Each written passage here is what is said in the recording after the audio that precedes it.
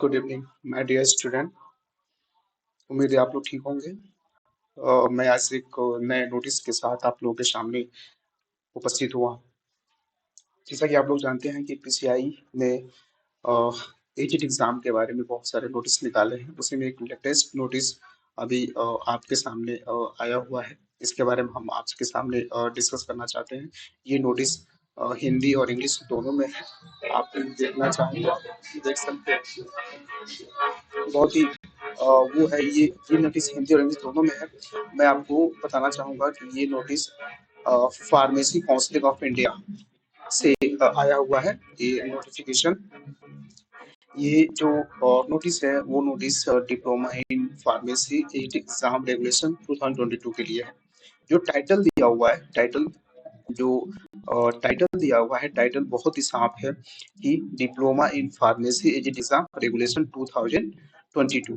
That means कि जो बच्चे 2022 में डिप्लोमा में एडमिशन लिए थे वो बच्चे 2024 में पास आउट हो रहे हैं। जो बच्चे पास आउट हो रहे हैं ये एग्जाम उन्हीं के लिए कंडक्ट कराया जा रहा है।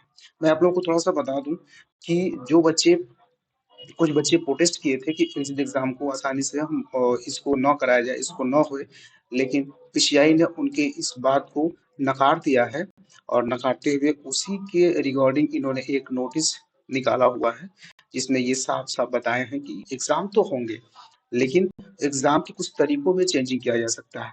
तो ये सबसे जो इम्पोर्टेंट जो पॉइंट है वो 6 नंबर है। मैं 6 पे थोड़ा सा डिस्कस करना चाहूंगा कि 6 में है process of conducting exit examination. मतलब प्रोसेस क्या होंगे, किस प्रोसेस के थ्रू हम एग्जिट एग्जाम को कंडक्ट करा सकते हैं। इसमें बहुत ही सिंपल इसमें कुछ पॉइंट्स दिए हुए हैं। मैं सेकंड पॉइंट्स को डिस्कस करना चाहता हूँ क्योंकि ये पॉइंट थोड़ा सा आप लोगों के लिए हेल्पफुल होगा। There shall be 3 papers of multiple choice questions. बहुत इसमें देखिए आपके यहाँ पे दिया हुआ है कि 3 paper multiple choice question. That mean कि 3 पेपर होंगे और तीनों पेपर क्या होंगे, मल्टीपल चॉइस क्वेश्चंस के होंगे। ठीक है, मतलब क्या होंगे, इसमें 4 क्वेश्चंस मतलब 4 ऑप्शंस होंगे, एक सही होगा और 3 ऑप्शंस गलत होंगे। उसी के पैटर्न पे आपके एग्जाम होंगे। सेकंड, आपके जो सब्जेक्ट होंगे, सब्जेक्ट डिसाइड किया हुआ है। पहला क्या है, फार्मास्यूटिक्स। सेकंड क्या है, फार्माकोलॉजी। थर्ड क्या है, फार्माकोग्नोसी। नेक्स्ट क्या है, फार्मास्यूटिकल केमिस्ट्री। फिर है बायोकेमिस्ट्री। फिर है हॉस्पिटल एंड क्लिनिकल फार्मेसी। फिर है फार्मास्यूटिकल जूरिस्प्रूडेंस। एंड लास्ट है ड्रग स्टोरेज मैनेजमेंट। ये कुछ आपके सब्जेक्ट हैं, इन्हीं सब्जेक्ट से पेपर बनाए जाएंगे। ठीक है, तो आप लोगों को ये चीजें याद रखनी है कि पहला जो पेपर का जो पैटर्न होगा वो क्या होगा, मल्टीपल चॉइस क्वेश्चंस होंगे। और ये सारे सब्जेक्ट हैं, इन्हीं सब्जेक्ट को हम इन्हीं सब्जेक्ट को लिया है पीसीआई ने। जो सेकेंड टॉपिक दिया हुआ है इसमें ये कह रहा है कि a candidate shall be declare as the having passes only if obtain 50% marks. मतलब ये बहुत ही जरूरी है कि कोई भी स्टूडेंट पास तभी होगा जब वो 50% मार्क्स लेके आएगा और 50% marks in each paper separately. मतलब आप जो तीन पेपर कंडक्ट कराए जा रहे हैं, जो 3 पेपर आपके कंडक्ट कराए जाएंगे, वो तीनों पेपर में जो लड़का और जो स्टूडेंट 50% मार्क्स लाएगा वही क्या नाम है कि पास आउट माना जाएगा। सेकेंड है अ candidate shall have pass all the 3 papers in same attempts.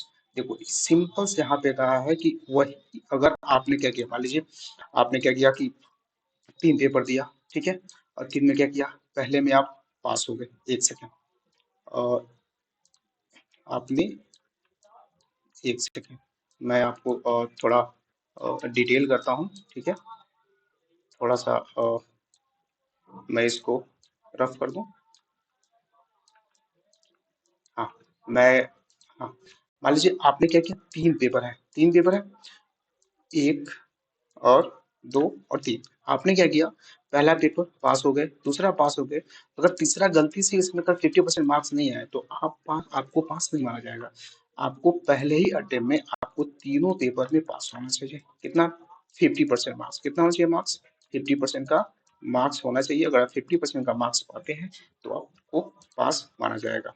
ठीक है, ये सी वाले पॉइंट में ही कहा है कि आपको जो मार्क्स होगा वो कितना होना चाहिए, 50% पासिंग मार्क्स होना चाहिए। और ईच पेपर मतलब तीनों पेपर में, और ये पहले ही अटेम्प्ट में ऐसा होना चाहिए। ठीक है, नेक्स्ट कह रहा है कि अ कैंडिडेट नेक्स्ट कह रहा है कि a candidate shell passes all the three papers in same attempts। ठीक है, वो सेम टू सेम था। इस कह रहा है certificate eligible for the enrolment practice shall be issues to the successfully candidate which will be represented before the state counselling of registration pharmacist. अगर आप तीनों पेपर 50% मार्क्स से पास होते हैं तभी फार्मेसी काउंसलिंग रजिस्ट्रेशन के लिए आप क्या होंगे, अवेलेबल होंगे। ठीक है, तो पेपर का पैटर्न बिल्कुल साफ है, बिल्कुल साफ है कि आपका यही चीजें होनी चाहिए। तीन पेपर होंगे और तीनों पेपर क्या होंगे, क्या नाम, इसमें तीनों पेपर में 50% पासिंग मार्क्स होंगे। अगर आप तीनों पेपर एक साथ पास करते हैं तभी आपको पास माना जाएगा, अदरवाइज आपको पास नहीं माना जाएगा। सो मैं थोड़ा सा कंक्लूज करके बताना चाहूंगा कि हिंदी में भी सेम टू सेम वही चीजें लिखी हुई हैं, लेकिन एक चीज तो क्लियर है कि अगर जब तक आप एग्जिट इज जब तक जो बच्चे प्रोटेस्ट किए थे, प्रोटेस्ट से सिर्फ इतना है कि ये सूचना चली गई है। हो सकता है कि थोड़ा सा आपके फीस में थोड़ा सा रिबेट हो सके या फिर पैटर्न में थोड़ा सा, लेकिन पैटर्न तो साफ कर दिया है कि पैटर्न आपका यही होगा जो हमने बताया अभी, इसी फॉर्मेट में होगा। और एक चीज हो सकता है कि नेगेटिव, अब बात करते हैं नेगेटिव मार्किंग की, तो हम बात करें तो नेगेटिव मार्किंग यहाँ पे नहीं है, नेगेटिव मार्किंग आपकी नहीं है, नेगेटिव मार्किंग आपकी नहीं है, ये आप श्योर रखिएगा।